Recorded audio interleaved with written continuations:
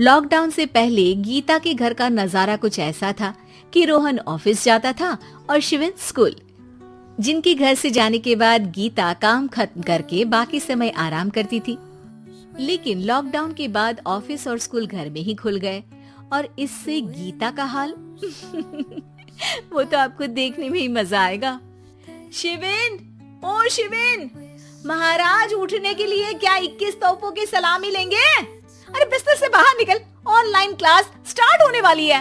अरे तुम भी हद करती हो, स्पीकर की तरह चिल्लाने की क्या जरूरत है? दिख नहीं रहा मेरी कॉन्फ्रेंस चल रही है। अब कैमरा और स्पीकर ऑन कर रहा हूँ, मुझे कोई शोर नहीं चाहिए।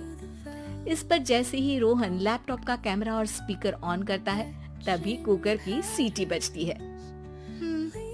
करा लो अब इसे चुप। लॉकडाउन नहीं हुआ, मेरी मौत का फरमान जारी हो गया। दोनों बाप बेटे ने नाक में दम किया हुआ है। ऐसा बोलकर गीता वहाँ से शिविन के कमरे में पहुँच जाती है, जहाँ शिविन अभी भी सो रहा होता है। ओ आलसी, अब अगर 5 मिनट में नहीं उठाना तो आज तेरा गेम और यूट्यूब कैंसिल। माँ की बात सुनकर शिविन बिना 1 मिनट गंवाए उठ खड़ा होता है। उठ गया, अभी नहाकर भी आता हूँ। ये नाटक कहीं और, मुंह पर गीला कपड़ा मार और पढ़ने बैठ।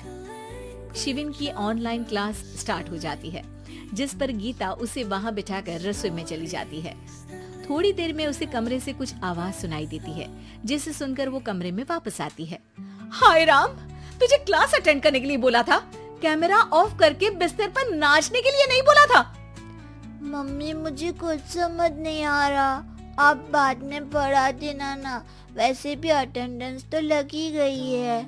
हाँ बेटा, जरूर बन जा, तू अभी से हम सबका बाप बन जा। अरे नहीं मतलब कहाँ से लाते हो इतना दिमाग, और पढ़ाई करते हुए ये चला कहाँ जाता है? नाइस क्वेश्चन, दिमाग से पूछकर बता दूंगा। शिविन की बातों से परेशान होकर गीता उसे मारने के लिए जैसे ही आगे बढ़ती है तभी वो कमरे से बाहर भाग जाता है। अब शिविन आगे और गीता हाथ में चप्पल पकड़े उसके पीछे पीछे पूरे घर में दोनों घूम रहे होते हैं। इसी बीच वो रोहन के पास पहुंच जाता है और शिविन को मारने वाली चप्पल रोहन के लैपटॉप पर जाकर गिरती है। ओए माँ! मम्मी, अब पापा को चप्पल मार रही हो? वो आज तक के रिपोर्टर, चुपचाप जाकर क्लास अटेंड कर ले, नहीं तो अगली तेरे पीछे लगेगी। इस पर शिविन वहाँ से चला जाता है, जिसके बाद रोहन गीता से कहता है, इस सर्कस के लिए कुछ बोलना चाहोगी? अरे क्या करूं, जब से तुम दोनों घर में रहने लगे हो, घर अपने आप ही सर्कस बन गया है और मैं तुम्हारी नौकर। कभी बेटी को संभालो तो कभी बाप के नखरे उठाओ।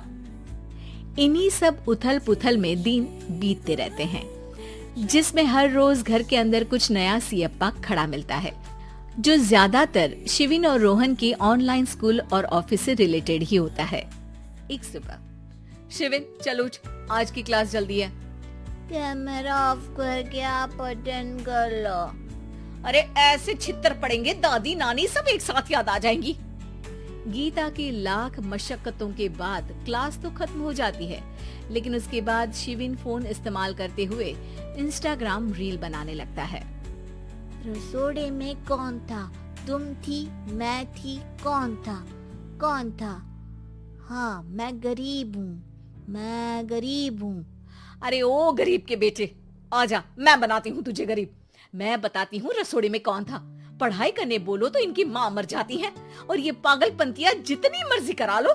गीता शिविन को डांट रही होती है, तभी रोहन बीच में बोल पड़ता है। अरे बच्चा ही तो है, इतना गुस्सा क्यों कर रही हो? बेटे का साथ देने की इसी एक कोशिश में अब शिविन के साथ साथ रोहन भी गीता के गुस्से की सूली पर चढ़ जाता है।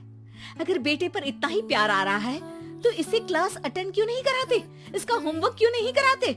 उस समय तो बहुत जल्दी मीटिंग आ जाती है, वो काम मैं करूं और यहाँ इस बेफिजूली की चीज में तरफदारी करके बन जाओ महान। हे भगवान, कोई तो इनके ऑफिस और स्कूल खुलवाओ, मैं इन्हें और घर में नहीं सह सकती। अरे कुछ और मांग लेती, क्योंकि तुम्हारी ये विश इस साल तो पूरी होने से रही, कोरोना। हाय नास बेटे ने जिंदगी ही बर्बाद कर दी। खाए कोई पचाए कोई, कल मुझे चुन चुन कर सबको मेरी बद्दुआ लगेगी। उन्होंने दुनिया का और इन बाप बेटे दोनों ने मेरा जीना मुश्किल कर दिया। गीता वहाँ से चली जाती है, जिसके बाद रोहन शिविन से कहता है, अरे तुम्हारी मम्मी इतनी भड़की हुई क्यों है? आपकी वजह से पूरा समय घर में रहते हो और उस पर कोई काम कराने की जगह बस ऑर्डर देते रहते हो। अच्छा बेटे, सारा इल्जाम मुझ पर? पूरा दिन तो वो तुम पर ही चिल्लाती है। हाँ, मतलब दोनों का 50-50 है, कुछ करना पड़ेगा। वो कहते ना, make the best out of worst. I have an idea. वैसे तुम्हारी माँ सही कहती है, बहुत जुबान चलाने लगे हो, कम बोला करो। अगली सुबह रोहन और शिविन अपनी गलती को सुधारने के लिए गीता के उठने से पहले घर का आधा काम खत्म कर देते हैं, जिसे देखकर गीता खुश हो जाती है और फिर बाकी बचा काम वो तीनों मिलकर पूरा कर लेते हैं। जिसके बाद अब वो सब मिल बांट कर हर काम में एक दूसरे की मदद करते हुए लॉकडाउन का मजा लेने लगते हैं। Paints go on the mountain's crown, while rivers whisper